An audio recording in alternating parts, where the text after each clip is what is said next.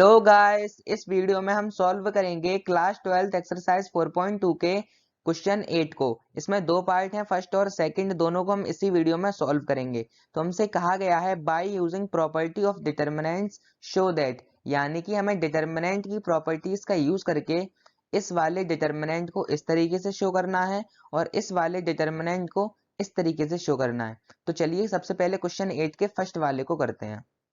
Question 8 में जो हमें ये डिटर्मिनेंट दिया गया है, इसको हमें इस तरीके से चेंज करना है। ठीक है, तो इसमें हमने देखा कि सबसे पहले a माइनस बी है, फिर b माइनस सी है और c माइनस a है। तो गाइस हम इस वाले डिटर्मिनेंट में ऐसा क्या चेंजमेंट करें कि जिससे हमारे पास a माइनस बी आ जाए। तो हमें दिख रहा है कि जो हमारी r1 है ना, पहली रो है, इसमें a है और दूसरी रो में b आ रहा है। तो अगर हम पहली रो और पहली रो से दूसरी रो को माइनस कर दें, यानी कि हम r1 यहाँ पे एक ऑपरेशन लगा दें कि हम R1 में से R2 माइनस कर रहे हैं, तो ये ऑपरेशन लगाएंगे R1 change to R1 minus R2।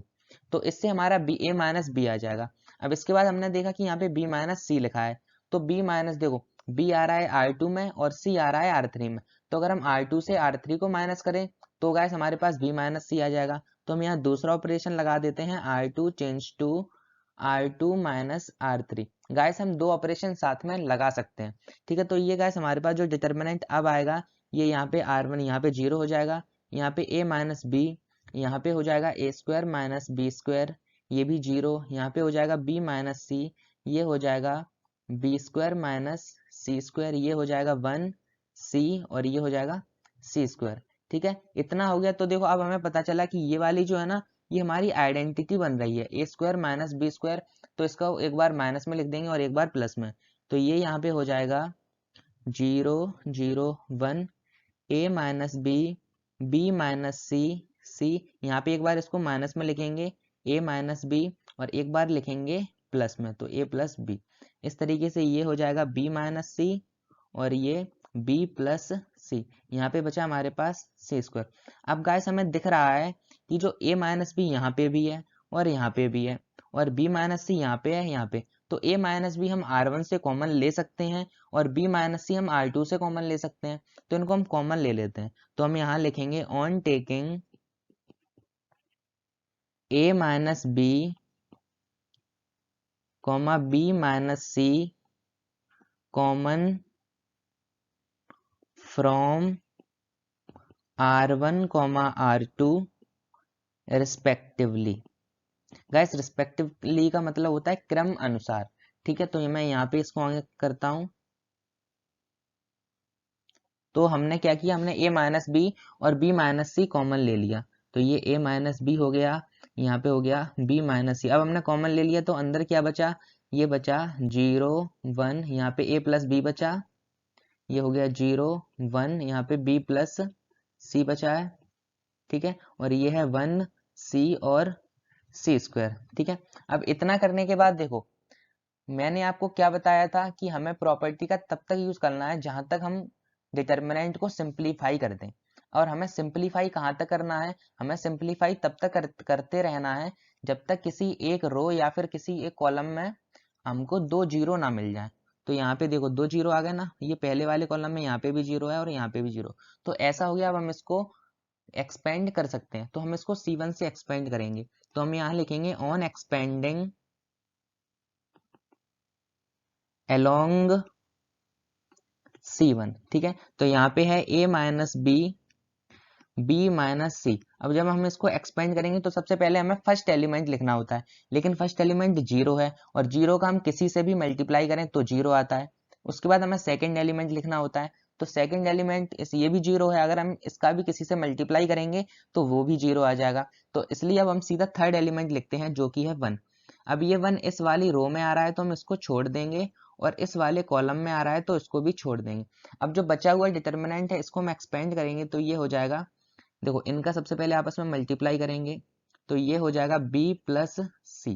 ठीक है, माइनस का साइन लगाते हैं यहाँ पे, फिर बचे हुए एलिमेंट्स का आपस में मल्टीप्लाई कर देंगे तो ये हो जाएगा a प्लस बी।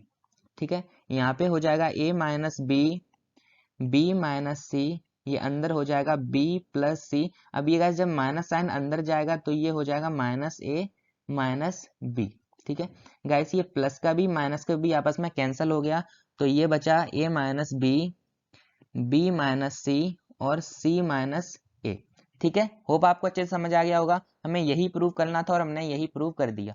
अब 8 के सेकंड वाले को करते हैं। ठीक है, तो सेकंड वाला जो डिटर्मिनेंट है इसको हमें इस तरीके से चेंज करना है। तो हमने देखा कि इसमें सबसे पहले a माइनस बी लिखा है, तो हमें ऐसा इस डिटर्मिनेंट में क्या करें जिससे हमारे पास a माइनस बी आ जाए। तो हमने देखा जो हमारा पहला कॉलम है इसमें a है और दूसरा कॉलम है इसमें है b। तो अगर हम पहले वाले कॉलम से दूसरे को सब्ट्रैक्ट करें, यानी कि हम ये वाला यहाँ पे ऑपरेशन लगाएं C1 change to C1 minus C2, तो हमारे पास a माइनस बी आ जाएगा। फिर हमने देखा कि इसमें b माइनस सी लिखा है और b है हमारा सेकंड कॉलम में और c है हमारा थर्ड कॉलम में। तो अगर यहाँ पे हम ये वाला ऑपरेशन लगाएं C2 change to C2 minus C3, तो हमारे पास a माइनस बी और b माइनस सी आ जाएगा। तो अब ये डिटर्मिनेंट हो जाएगा, यहाँ पे हो जाएगा 0, यहाँ हो जाएगा a माइनस बी, ये हो जाएगा a cube minus B cube, यहाँ पे भी 0, यहाँ पे हो जाएगा b माइनस सी, यहाँ पे b क्यूब माइनस सी क्यूब, यहाँ पे 1 c और c क्यूब। ठीक है, तो अब हमने देखा कि ये हमारी आइडेंटिटी बन रही है a cube minus b cube की। ठीक है, तो ये आइडेंटिटी क्या होती है मैं आपको यहाँ पे बता देता हूँ। ये होती है, जैसे a cube minus b cube है तो ये होगा a minus B A square plus A B plus B square. अब अगर ये हमारे पास होता A cube plus B cube तो ये हो जाता A plus B A square plus A B plus B square. ठीक है, देखो इस वाला ये वाला जो यहाँ पे साइन होता है वो यहाँ पे होता है, यानी कि अगर यहाँ पे हमारा माइनस है तो यहाँ पे माइनस होगा और अगर यहाँ पे प्लस है तो यहाँ पे प्लस होगा। बाकी इनके साइन में कोई भी चेंजमेंट नहीं होता।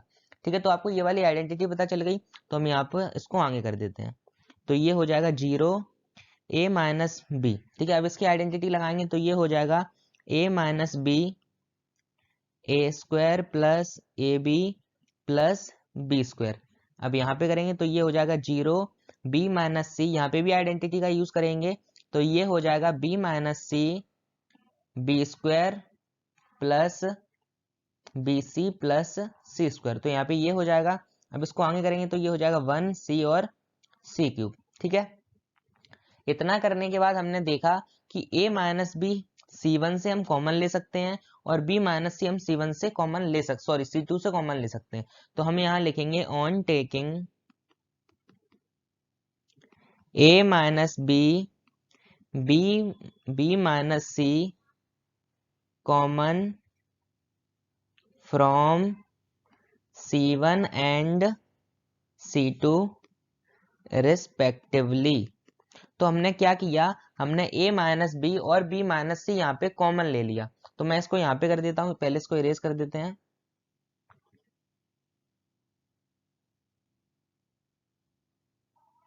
तो हमने क्या किया, हमने a माइनस बी और b माइनस सी कॉमन ले लिया।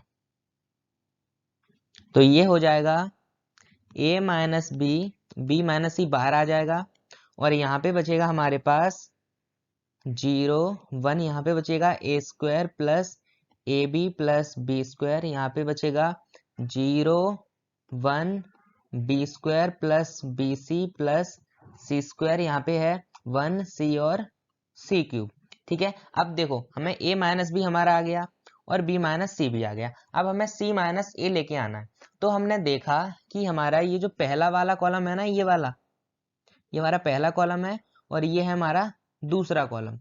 तो इसमें हमने ये देखा कि इसमें a स्क्वायर है, देखो ये है ना, यहाँ पे इसमें a स्क्वायर है और यहाँ पे है c स्क्वायर। तो अगर हम C1 में से C2 को माइनस कर दें तो ये हो जाएगा a square minus c square, ऐसा हो जाएगा ना। तो यहाँ पे हम इसको आगे कर देते हैं। तो हम ऑपरेशन लगाएंगे C1 change to C1 minus C2, तो ये हो जाएगा a minus b minus C और यहाँ पे हो जाएगा 0 1। अब C1 में से हम, सॉरी गाइस, यहाँ पे 0 हो जाएगा क्योंकि हम C1 में से C2 को माइनस कर रहे हैं। तो यहाँ पे 0, यहाँ हो जाएगा a square plus A B. अब ये देखो ये बी स्क्वायर प्लस का जब हम इसको माइनस करेंगे तो ये बी स्क्वायर और माइनस का बी स्क्वायर हो जाएगा, तो ये कैंसिल हो जाएगा आप में और ये हो जाएगा माइनस का बी सी। तो यहाँ पे हो जाएगा माइनस का बी सी और ये हो जाएगा माइनस का सी स्क्वायर। ठीक है, फिर ये हो यहाँ पे बचेगा 0 1। गाइस यहाँ पे सही जगह नहीं है, लेकिन आप यहाँ पे समझ रहे हो, यहाँ पे यही वाली चीज बचेगी यहाँ पे, ठीक है। और ये हो जाएगा 1 C और C क्यूब, ठीक है। इतना कर लिया। अब हम आगे क्या करते हैं, तो इसको हम नेक्स्ट पेज पे कर देते हैं। तो यहाँ पे हमने देखा कि हमारा ए स्क्वायर आ गया और माइनस सी स्क्वायर आ गया, ठीक है। तो ये हो जाएगा ए स्क्वायर माइनस सी स्क्वायर। इसकी आइडेंटिटी क्या होती है, ये होता है ए माइनस सी, सॉरी एक बार प्लस में और एक बार माइनस में, तो ये हो जाएगा ए माइनस सी और ए प्लस सी, ठीक है। फिर ये है A B minus B C. तो इससे हम क्या करेंगे, इससे हम अगर बी कॉमन ले लेंगे तो ये इस तरीके से बचेगा ए माइनस सी, ठीक है। अब इसको हम आगे कर देते हैं। तो अब हम जब आगे इसको करेंगे सॉल्व, तो ये होगा a minus B, B minus C, यहाँ पे हो जाएगा 0 0। देखो A square minus C square की हम यहाँ पे आइडेंटिटी लगाएंगे, तो ये हो जाएगा a माइनस सी और ये हो जाएगा a प्लस सी, ठीक है। फिर यहाँ पे देखो, यहाँ पे प्लस बी आएगा क्योंकि हमने इनमें से b को कॉमन ले लिया है, तो ये यहाँ पे बचेगा a माइनस सी, ठीक है। यहाँ तक आपको समझ आ गया होगा। तो यहाँ पे हो जाएगा 0 1 B square plus B C plus C square, यहाँ पे है 1 सी और सी क्यूब, ठीक है। इतना हो गया। अब हमने देखा कि हमारा a माइनस सी हम कॉमन ले सकते हैं C1 से, यहाँ पे भी और यहाँ पे भी, तो उसको हम ले लेते हैं कॉमन। तो यहाँ पे लिखेंगे on taking a minus C common from C1, ठीक है। तो अब हम इसको कॉमन ले लेंगे, तो यहाँ पे ये हो जाएगा a minus B, B minus C और यहाँ पे ये हो जाएगा a माइनस सी, ठीक है। तो यहाँ पे बचेगा 0 0, ये हो जाएगा a plus C plus B और ये है 0 1 B square plus B C plus C square, यहाँ पे है 1 सी और सी क्यूब, ठीक है। इतना हो गया। तो इतना करने के बाद मैंने आपको क्या बोला था, हम प्रॉपर्टीज का यूज तब तक करते हैं जब तक मतलब हमारा डिटर्मिनेंट सिंप्लीफाई होकर डबल जीरो आ जाए, यानी कि जब तक, इतना याद रखो कि हमको तब तक प्रॉपर्टी लगाते जाना है कि जब तक डिटर्मिनेंट की कोई भी एक रो या फिर कोई भी एक कॉलम में दो एलिमेंट जीरो हो जाए। तो यहाँ पे ये भी जीरो हो गया और ये भी जीरो हो गया, ठीक है। तो अब हम इसको एक्सपेंड कर सकते हैं, तो हम इसको C1 से एक्सपेंड कर देते हैं। तो यहाँ पे तो जगह नहीं है, मैं नेक्स्ट पेज पे कर देता हूँ। तो इसको हम C1 से एक्सपेंड करेंगे, तो ये हो जाएगा a minus B, B minus C, a minus C. अब हम इस डिटर्मिनेंट को एक्सपेंड करेंगे C1 से, तो क्या करेंगे, सबसे पहले हमें फर्स्ट एलिमेंट लिखना होता है। जैसे हम C1 से कर रहे हैं तो हमें C1 का सबसे पहले ये फर्स्ट एलिमेंट लिखना होगा, लेकिन ये तो जीरो है, तो जीरो का हम किसी से भी मल्टीप्लाई करें हमारे पास जीरो ही आ जाएगा। उसके बाद ठीक है, तो अब हमें लिखना होगा सेकंड एलिमेंट, लेकिन सेकंड एलिमेंट भी जीरो है, तो इसका भी हम किसी से मल्टीप्लाई करें तो जीरो ही आ जाएगा। तो अब हम लिखते हैं सीधा थर्ड एलिमेंट, तो ये है a प्लस बी प्लस सी, ठीक है। अब ये इस वाली कॉलम में आ रहा है तो हम इसको छोड़ देंगे, और इस वाली रो में आ रहा है तो इसको भी छोड़ देंगे।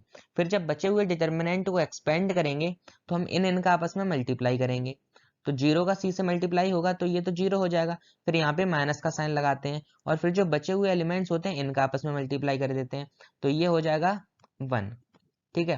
तो ये गाइस देखो, यहाँ पे 0 माइनस 1, माइनस का 1 बचेगा, तो हम इसको आगे लिख देते हैं, ठीक है। तो ये हो जाएगा -1 और ये हो जाएगा a minus B, B minus C, a minus C और ये हो जाएगा a plus B plus C. इतना हो गया। अब हमने देखा कि हमारा बिल्कुल प्रूव होने पर ही आ गया, लेकिन दो चीजें इसमें अलग हैं। पहला तो यहाँ पे a माइनस सी है, लेकिन हमें c माइनस ए लेके आना है, तो हम क्या करेंगे, इसको ऐसे कर देंगे a minus B, B minus C. अब जब हम c को इस तरफ करेंगे तो ये हो जाएगा माइनस सी प्लस ए, ठीक है, इस तरीके से हो जाएगा। तो अब माइनस को जब हम इस बाहर कॉमन ले लेंगे तो ये हो जाएगा माइनस सी माइनस ए। अब ये कॉमन, देखो हमने कॉमन लिया, कॉमन इस तरीके से लेते हैं कि हमारे पास वापस से यही आ जाए। देखो जब हम माइनस का इधर अंदर मल्टीप्लाई करेंगे तो ये वापस से माइनस सी आ जाएगा, और माइनस का माइनस सी से मल्टीप्लाई करेंगे तो वापस से प्लस ए आ जाएगा, ठीक है। तो इस तरीके से कॉमन लिया जाता है। तो ये हमारे पास हो गया माइनस और ब्रैकेट में सी माइनस ए, और ये हमारे पास बचा a प्लस बी प्लस सी। अब ये वाला जो माइनस है ना, ये वाला और ये वाला यहाँ पे हमारा माइनस है, तो ये माइनस माइनस आपस में प्लस हो जाएंगे, तो हमारे पास लास्ट आंसर आ जाएगा a minus B, B minus C, C minus A और A plus B plus C, यही है हमारा फाइनल आंसर। होप गाइस आपको अच्छे से समझ आ गया होगा।